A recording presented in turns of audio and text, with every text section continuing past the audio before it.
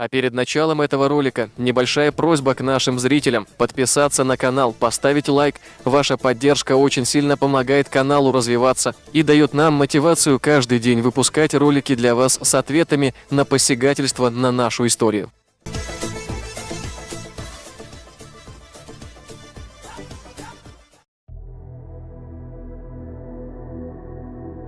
За то время, пока мы занимались разоблачением лжи героя всея Ингушетии Артема Плато, оказывается, Лаймра выполз из своей будки и начала тявкать.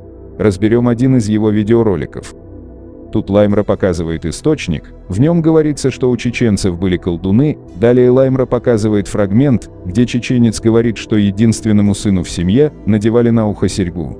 И слепив все это воедино, Лаймра назвал видео «Цыганские мотивы у чеченцев». Галга не был бы Галга, если бы не занимался фальсификацией. Колдунам удивляются те, у кого даже в 20 веке были жрецы и даже сохранились фотографии.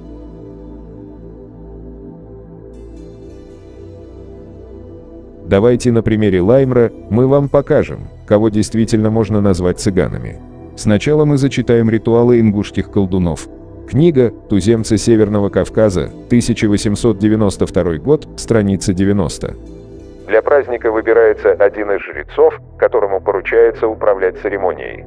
Накануне праздника он отдает приказ, чтобы все взрослые девушки, имеющиеся на лицо, собрались поутру в назначенном месте. Туда же приходят и мужчины, желающие принять участие в празднике.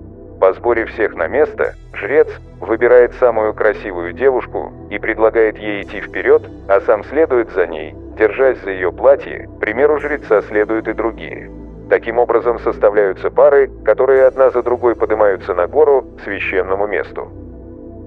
Еще один странный обряд ингушских жрецов – книга «Сборник сведений о кавказских горцах», 1871 год, страница 15. Ингуши верят в то, что если плакать над покойником, убитым священной стрелой, имеется в виду молния, то покойнику будет это до того неприятно, что цвет трупа его изменится, из белого сделается черным. Хоронят его в склеп, сделанном из камня. Внутри склепа ставят стол и стул. На стол ставят бутылку водки, стаканы целого сваренного барашка, а на стул сажают покойника, одетого наподобие жреца. Место, на котором убит человек или животное молнией, служит для ингушей священным местом, куда ежегодно отправляются с жертвоприношениями.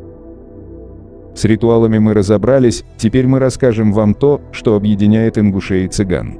Все мы слышали, как ингуши утверждают, что они выходцы из Индии. Приведем пример вот это видео. А знаете, у кого еще индийские корни?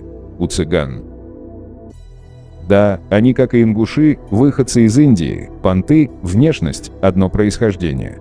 Лай, знайте свое место.